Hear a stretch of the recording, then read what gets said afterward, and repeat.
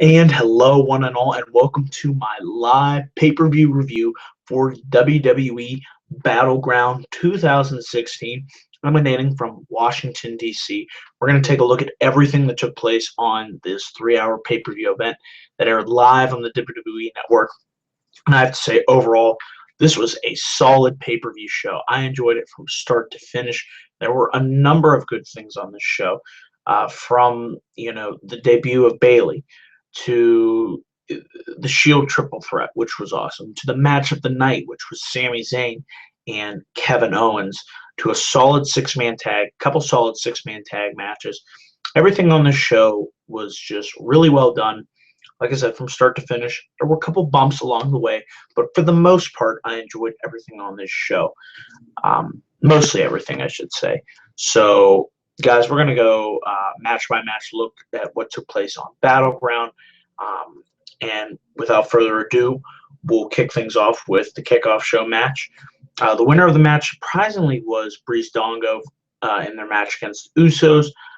The finish occurred when Breeze hit a small package on Jimmy Uso to pick up the win. So really surprised to see Breeze Dongo go over in the kickoff show match over a team like the Usos. I thought for sure the Usos were going to win, but to no avail. So with that out of the way, we're going to get into the main card. I really liked how we kicked things off on this show. We had the women's tag team match between Sasha Banks, mystery partner we're choosing, and Charlotte and Dana Brooke. And we were wondering, who is Sasha's mystery partner going to be? And of all the women that it could have been, it was the right choice. Bayley, that's right. Bayley from NXT made her debut on the main roster tonight in Washington, D.C. She got an insane pop. It was a great reaction, a reaction well-deserved for Bayley, former NXT Women's Champion. And her and Sasha went in there, and they had a solid opening tag match. This was a great way to set the tempo for Battleground tonight. Early on, Bayley took a fair amount of punishment from Charlotte and Dana Brooke even before the match began. Once the match began, Sasha and Bayley would have to battle back from constant attacks from Charlotte and Dana Brooke. But once the match got going, like I said, it was good tag action from all four of these women involved. When you put women like Sasha, Bayley, Charlotte, you just see the magic that they have with one another, how these girls revolutionized NXT and how they're taking that women's revolution to the next level on the main roster. So it's great to finally see Bayley. Not sure if this is going to be going forward full-time. I assume she would be on the main roster full-time. Perhaps this could just be a cameo appearance at Battleground, and then they'll save her full-time main roster debut for later on. But I'm hoping maybe tomorrow night on Raw we will see Bayley. But like I said, towards the end of the match, this is how the finish came about. Charlotte dropped Bayley with the forearm, and this led to Sasha. She tried to get the bank statement locked in previously. Second time, she was successful.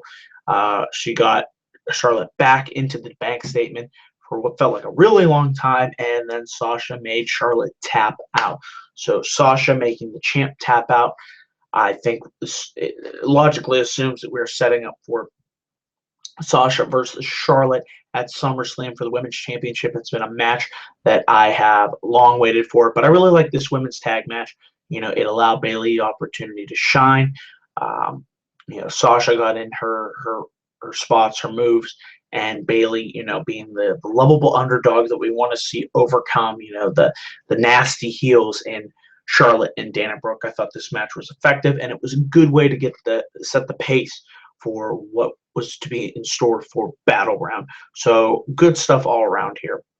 We then had our second match of the evening. It was the six-man tag team match between the New Day and the Wyatts. I thought this was a good match overall, a solid, fun six-man tag match.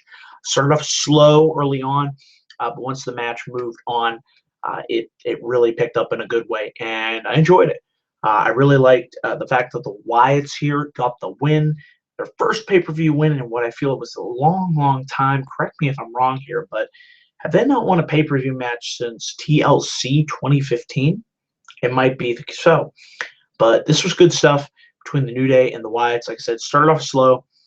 But later on, I really liked how they tried to tell the story together with Xavier Woods having to eventually snap out of it and confront his fear against Bray Wyatt, the Eater of Worlds, who had Xavier Woods pretty much mind controlled in a way.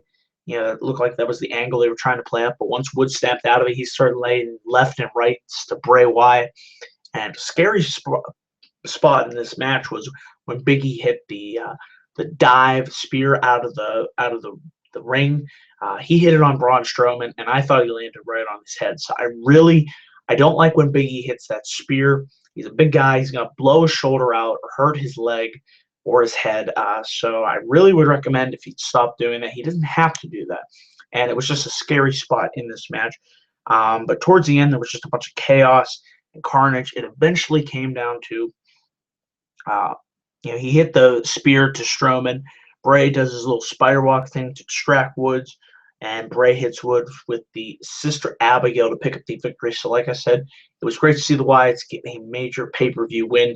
It'll be interesting to see where the New Day go forward and the Wyatts now that Braun Strowman is on Raw and Eric Rowan and Bray Wyatt are on SmackDown. So it's going to be certainly an intriguing week of WWE programming. This was a good six-man tag team match. We then move on to our third match of the evening. It was Rusev with Smoking Hot Lana. She looked gorgeous tonight. She was like in a little princess getup. She had a tiara on. She was in all white. She looked fine. And we had Rusev taking on Zack Ryder for his United States Championship. Nice little U.S. title match here. I didn't think it was going to go that long. Zack Ryder put up a pretty decent fight against Rusev. He was able to get the Broski boot hit on Rusev, and he also was able to hit a Rough Rider. Eventually, Rusev was able to successfully lock in the Accolade, although Ryder was like able to almost counter out of it until Rusev locked the Accolade in permanently, and he hyperextended it, and made Zack Ryder tapped out. So Zack Ryder put up a valiant but losing effort. After the match, Mojo Rawley made the save to the ring. Looks like they were teasing a confrontation between Rusev and Mojo Rawley, which would have been interesting. But of course, now that they are on separate brands, it looks like we might be seeing the Hype Bros moving forward, heading into SmackDown Live on Tuesday. So we'll have to see where that goes. But I like the little face-off stare down with Mojo Rawley making the save on Zack Ryder. It certainly made sense. Like I said, Zack Ryder had a valiant but losing effort. I didn't think he was going to win the U.S. title. I certainly don't have a problem with Rusev walking out as U.S. champion. Really like how WWE has built him back up as the dominant champion that he should have been all along. And don't ever do a god-awful love triangle storyline because that really hurt his credibility. But I'm happy with the spot on the card that Rusev's at. I think he's doing a good job as the United States champion. So not too bad of a match there. It was an okay match. And then we have what I will have to say was certainly the match of the night. It was Kevin Owens versus Sami Zayn. As I said in my predictions video, I knew these two were going to go out there and steal the show. They have such great, tremendous chemistry with one another, just a great seated history, tremendous rivals. They complement each other move for move. They know each other so well, with their years of experience working with one another in the ring. And they went out there and they had a classic, in my opinion. Match of the night, match of the year candidate. It was great stuff. Now, there was one spot in the match where Sami attempted to he was sitting on the top rope, attempted to do a backflip off of it. The way he landed awkwardly on his shoulder, he was favoring that shoulder throughout the match. I was hoping that, he was just selling it. If he is selling it, he did a great job because he got me fooled, because I hope he's not injured, because that looked like it was the bad shoulder. So that left him at a severe disadvantage throughout this match. But my words cannot do justice. It's just one of these matches where you have to watch it, and I might watch again. It was that damn good. Like I said, I didn't know who was going to win this match, and that's why I like this match. Sami Zayn, who won eventually, or could have went to Kevin Owens. So with Sami Zayn getting the win, like I said, there was a nice sequence toward the end where he went for the haluva kick, but Owens was able to counter into the pop-up powerbomb. And then Zayn put his foot on the top rope, and it was so close. 1, 2, I thought for sure. Didn't hit 3. Zayn gets his foot underneath the rope, so there's no 3 count. And then Owens is freaking frustrated. He starts slapping Sammy in the face, and Zayn hits Owens with a dragon suplex. He follows that up with the haluva kick, which I believe was the second haluva kick, the second or third. But the point is, Zayn is able to vanquish his foe. Owens just blows the rivalry off for a good while. Eventually, they will revisit it. But props to both guys. This is definitely my match of the night, as I expected it to be. So good stuff all around. A match after this that was certainly a cool-down match. I did enjoy the match. I just felt like it was the wrong place for this match. I would have probably put the highlight reel in this spot. It was Becky Lynch versus Natalya. I thought there was some good stuff in this match, but like I said, it was certainly hurt with the lack of involvement from the crowd due to them being burned out partially from the Sami Zayn and Kevin Owens match that they witnessed. But I thought Natalya and Becky went out there and they were given at least 7 to 9 minutes. They were given enough time to go in there and tell a somewhat decent story. Enjoyed what they had to offer. Especially like Becky trying to constantly get out of the sharpshooter, but Becky was able to continuously escape the hold. However, I was somewhat surprised to see Natalya pick up the victory in this match. She was able to get Becky back in, attack her knee, and lock in the sharpshooter, and she dragged her in the middle of the ring, and Becky tapped out. So I definitely see this feud moving forward, and if we are going to move this feud forward, why don't we add a stipulation to this? 2 out of 3 falls. Maybe, I don't know. Whatever you let me know down in the comment section below if you think this feud is continuing heading into SummerSlam, and they will have another match, hopefully in a better position on the card. What type of stipulation would you like to see added to this match, to this feud, for the next match? Is what I'm trying to say. But Becky came up short, and I definitely see this as a reason for the feud to continue. Becky needs to get her win, her measure of revenge over Natalya, and I certainly don't have a problem with that. Like I said, it was certainly a cool-down match. It wasn't a bad match, but it was hurt by the lack of crowd response. So Natalya picked up the win, like I said, via submission. We then had our 6th match of the evening, definitely the weakest match on this card. It was the Miz defending against Darren Young. Match, it really, to me, it was not a good match. These guys, I mean, they tried. I just wasn't really too invested into Darren Young so far. I mean, he's only been on TV, repackaged for a couple weeks now. I'd rather, would have seen this spot maybe given to Cesaro. You do Cesaro versus The Miz again. And the match, it was what it was. Nothing too special. The finish, though, I have to say, was very weird.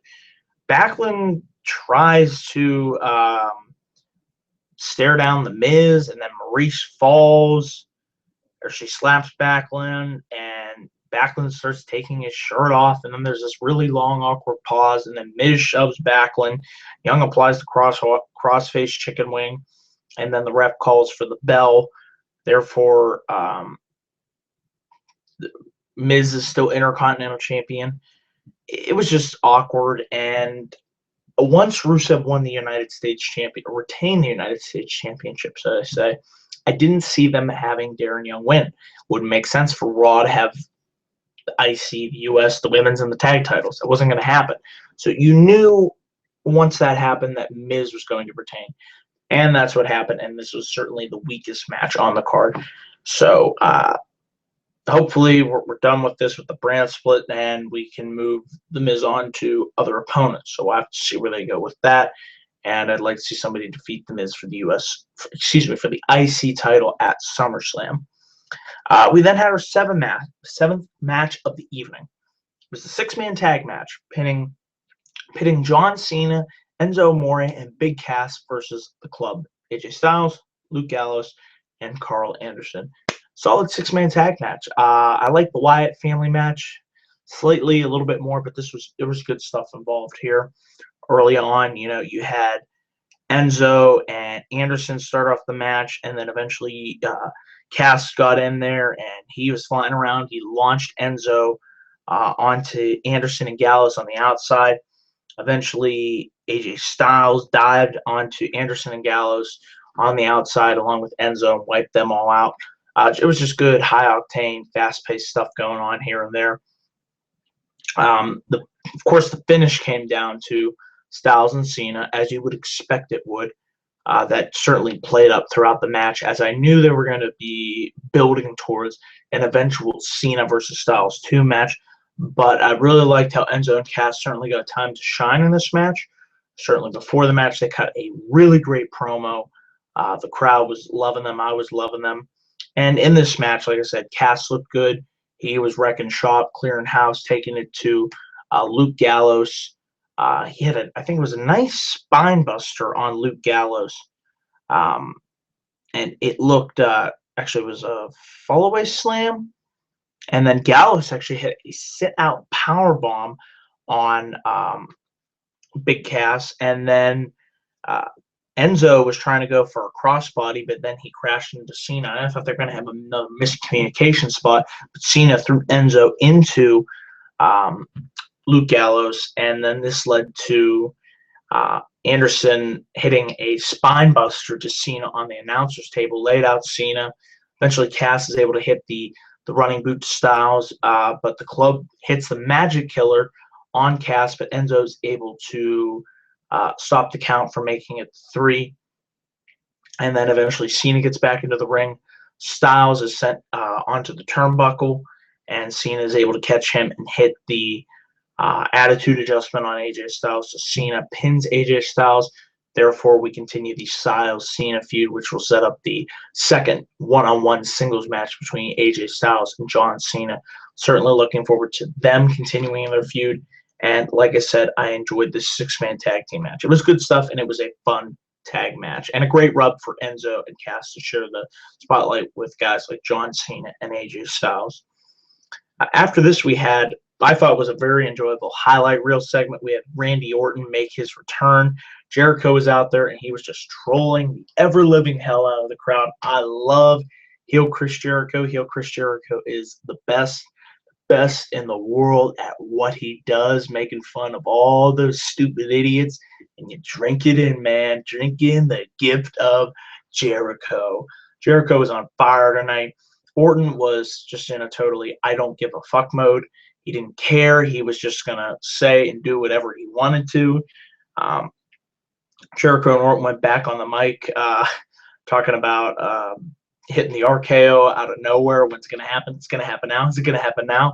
And one really interesting part was when Orton brought up the fact that, you know, how he fought Brock Lesnar at SummerSlam in his return. That's what's going to be happening. And how Chris Jericho faced Fandango when he returned in 2013 after 9 months. So that was funny with Jericho poking fun at that. And then Orton said, it's only going to take one RKO to head to Viperville. And this was really the shocking line of the night. He said there's no enhancement needed. And Jericho said, you're going to pay for that, Orton. You're going to pay for making that remark. So I can't wait to see how Lesnar and Heyman react to Orton going after the Brock Lesnar suspension charges that have been filed from the US AD or whatever it is, the organization involved with UFC of monitoring the doping violations that Lesnar has been alleged to commit. He received 2 of them. So I didn't know if they were going to go there, and they went there. So props to WWE for allowing Orton to say that.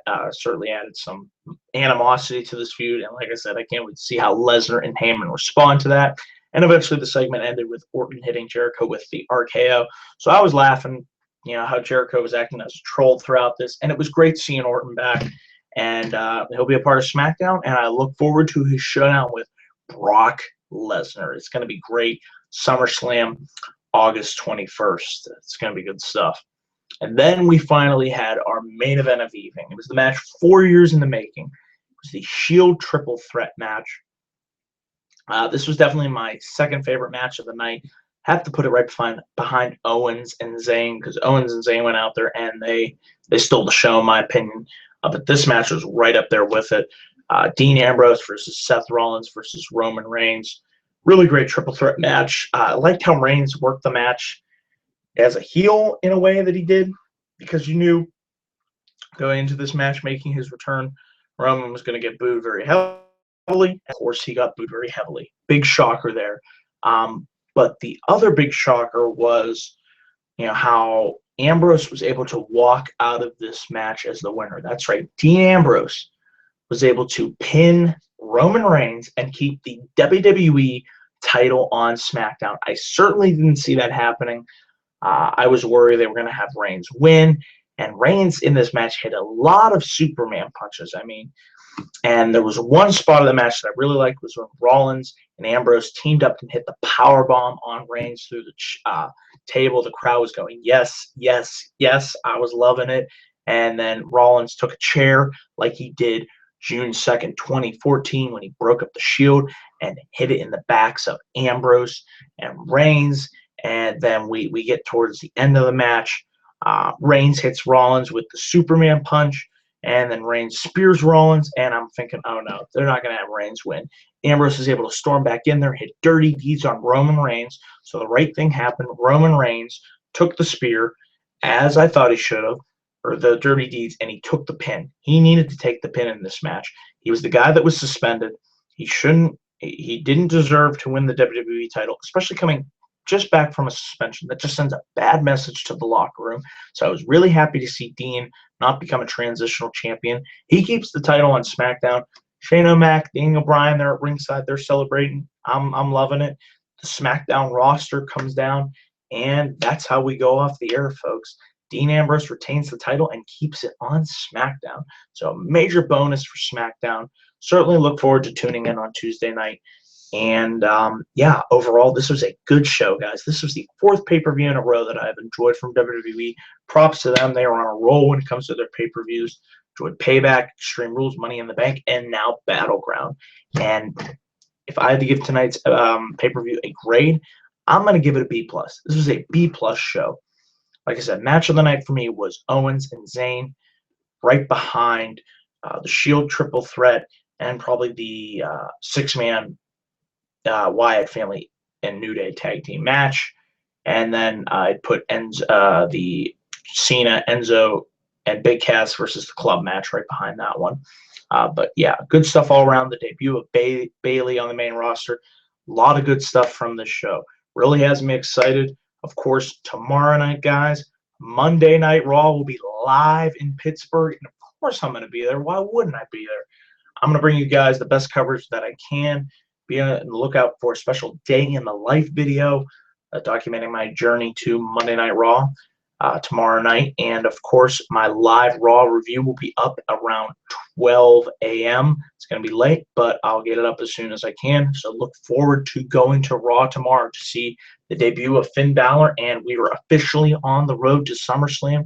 So it couldn't be a more exciting time for a wrestling fan in the summer. Things are heating up. We got SmackDown on Tuesday, Cruiserweight Classic, and NXT on Wednesday. So fully loaded week of professional wrestling. So, guys, I want to say thank you to all that tuned into this live pay-per-view review. I appreciate it. Thank you to all my new and existing subscribers. Without you, this channel wouldn't be possible. Please remember to click that like and subscribe button for more video content coming soon to this channel. And I will see you guys tomorrow night for my live Raw review. Until then, guys, peace.